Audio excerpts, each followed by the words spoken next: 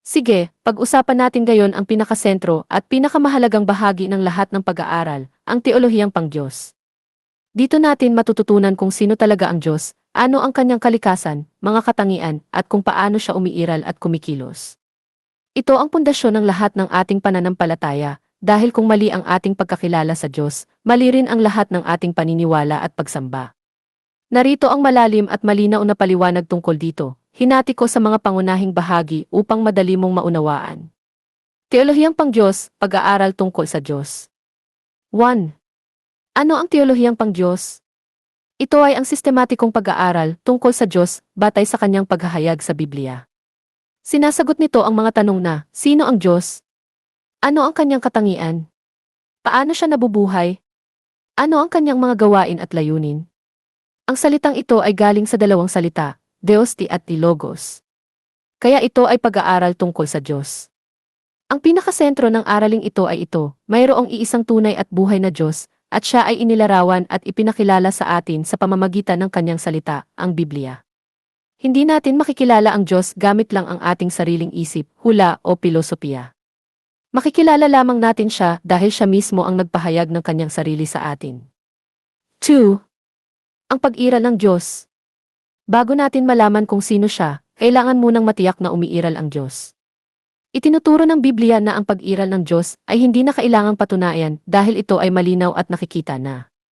Nakahayag sa nilikha, sinasabi sa Roma 1:20, sapagkat mula pa ng likhain ang sanlibutan, ang kanyang mga hindi nakikitang katangian, ang kanyang walang hanggang kapangyarihan at pagka-Diyos, ay malinaw na nakikita sa pamamagitan ng mga bagay na kanyang nilikha. Ang kaayusan, ganda at kapangyarihan ng sanlibutan ay patunay na mailumikha. Nakahayag sa ating kalooban, inilagay ng Diyos sa puso at isip ng bawat tao ang kaalaman na may Diyos. Kahit ang mga taong hindi nakabasa ng Biblia, ay may likas na kamalaya na mayroong makapangyarihan sa lahat. Ang kanyang sariling salita, ang simula ng Biblia ay nagsasabing, sa pasimula ay nilikha ng Diyos. Hindi na ito nakipagtalo kung may Diyos o wala, tinatanggap na nito bilang katotohanang walang duda. Ang Diyos ay walang simula at walang wakas. Siya ang sanhi ng lahat, ngunit siya mismo ay walang sanhi. Sinasabi sa awit 72, bago pa nalikha ang mga bundok, bago pa nabuo ang lupa at ang sanlibutan, mula sa walang hanggan hanggang sa walang hanggan, ikaw ay Diyos. 3. Ang kalikasan at katangian ng Diyos. Ito ang pinakamalalim na bahagi ng pag-aaral, ang pagkilala kung ano ang katangian ng Diyos. Ang mga katangiang ito ay hindi basta gawain lang niya, kundi ito ay kung sino siya.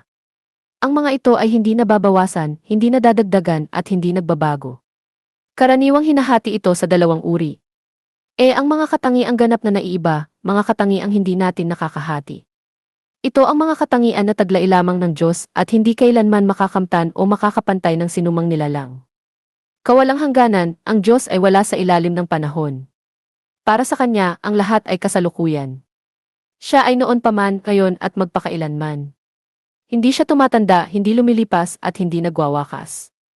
Ilan nagbabago, sinasabi sa Santiago 1:17 at Malaki 3:6, ako ang Panginoon, hindi ako nagbabago.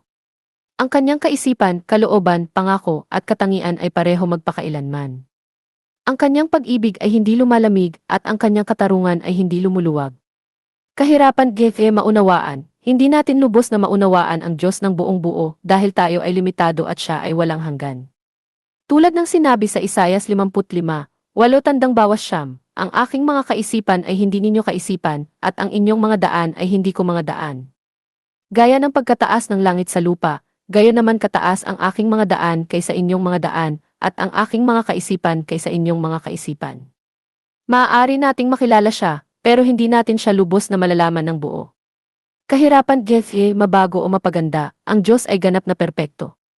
Wala siyang kulang, wala siyang mali, at wala nang makakapagdagdag pa ng kabutihan sa Kanya. Siya ang pinakamataas at pinakadakila sa lahat. Kalaganapan, ang Diyos ay nasa lahat ng dako ng sabay-sabay. Hindi siya nakakulong sa isang lugar, templo, o langit lang. Sinasabi sa Jeremias 23:24, hindi ko ba pinupuno ang langit at ang lupa? Nasa Kanya ang lahat ng bagay at walang lugar na malayo sa Kanya. Kalubusan ng karunungan kaalaman, alam ng Diyos ang lahat, nakaraan, kasalukuyan, hinaharap at maging ang mga nasa puso at isip ng tao. Walang bagay na nakatago sa Kanya. Siya ay hindi nagkakamali ng hatol at hindi nalilito. Kapangyarihan niya si lahat, ang Diyos ay makapangyarihan sa lahat. Ang kanyang kapangyarihan ay walang hanggan at walang limitasyon. Ang lahat ng bagay ay kanyang kaya gawin ayon sa kanyang kalooban.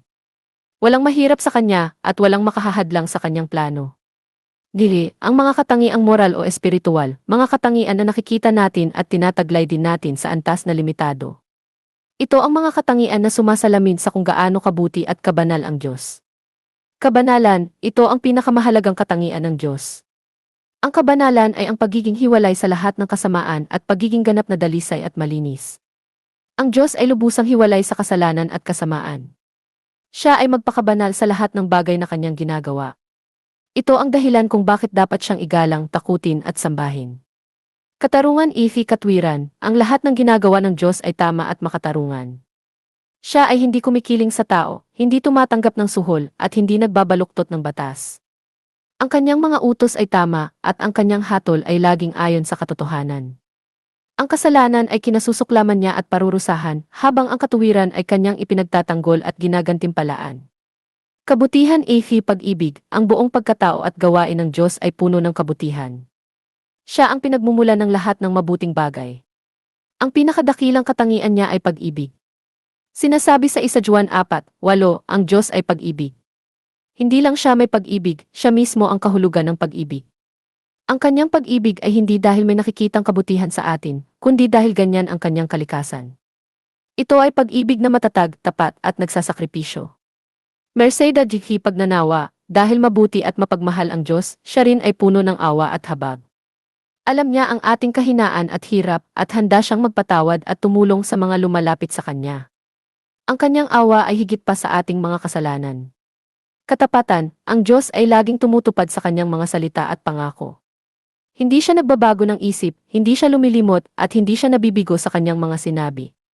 Ang bawat pangako niya ay tiyak na matutupad. 4.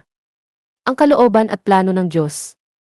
Bilang bahagi ng pagkilala sa Kanya, kailangan din nating intindihin ang Kanyang kalooban. Ang kalooban ng Diyos ay ang Kanyang matibay na pasya at layunin para sa lahat ng bagay. May dalawang aspeto ito. 1. Kaloobang lihim, ito ang mga bagay na alam lang ng Diyos at hindi pa natin nalalaman. 2. Kaloobang ipinahayag, ito ang mga bagay na sinabi na niya sa atin sa Biblia, kung ano ang gusto niyang gawin natin, kung paano siyang sambahin, at kung ano ang kanyang plano para sa kaligtasan. Ang pinakamahalagang katotohanan tungkol sa kalooban ng Diyos ay ito, ang lahat ng nangyayari ay ayon sa kanyang pasya at plano, at walang makakapagbago nito.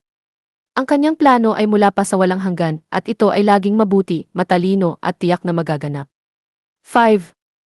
Ang pinakadakilang misteryo, ang Trinidad, ang Diyos ay tatlo sa isa. Ito ang pinakamahalaga at pinakamalalim na aral sa teolohiyang pang-Diyos, at ito ang nagpapakilala sa tunay na Diyos ng Biblia na naiiba sa lahat ng ibang Diyos ng ibang relihiyon. Ang aral. Mayroong iisang Diyos, ngunit sa loob ng iisang kalikasan ng Diyos, mayroong tatlong persona, ang Ama, ang Anak, at ang Espiritu Santo. Ang tatlong ito ay iisang Diyos, magkapantay, walang pagkakaiba sa kapangyarihan at kaluwalhatian, ngunit magkakaiba sa kanilang gawain at ugnayan. Narito ang malinaw na paliwanag. Iisang kalikasan, hindi tatlong Diyos, kundi iisang Diyos lang.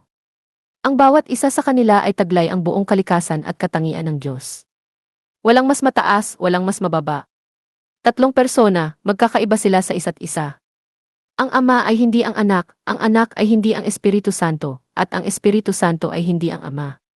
Mayroon silang sariling kaisipan, kalooban, at gawain, ngunit laging nagkakaisa at hindi nagkakalayo. Ang kanilang gawain. Ang Ama, siya ang pinagmulan, ang nagplano ng kaligtasan, at ang lumikha.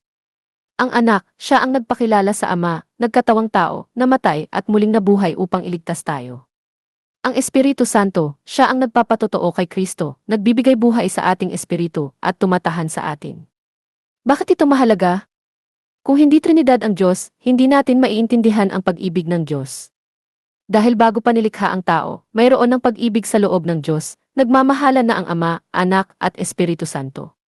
Ang Diyos ay hindi nag-iisa, siya ay Diyos ng pag-ibig at ugnayan.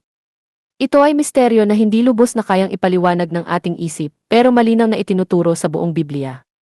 Buod ng teolohiyang pang-Diyos. Sa madaling salita, ito ang iyong dapat baunin. Mayroong iisang tunay na Diyos. Siya ay umiiral magpakailanman, walang hanggan, makapangyarihan sa lahat, at lubos na matalino. Siya ay ganap na banal, makatarungan, mabuti, puno ng pag-ibig at katapatan. Siya ay iisang Diyos sa tatlong persona, Ama, Anak, at Espiritu Santo. Ang lahat ng bagay ay mula sa Kanya, sa pamamagitan niya, at para sa Kanya. Ito ang ating Diyos, dakila, kahanga-hanga, at mapagmahal. Gusto mo bang ituloy natin sa susunod na bahagi, Kristolohiya, ang malalim na pag-aaral tungkol kay Hesukristo, ang anak ng Diyos?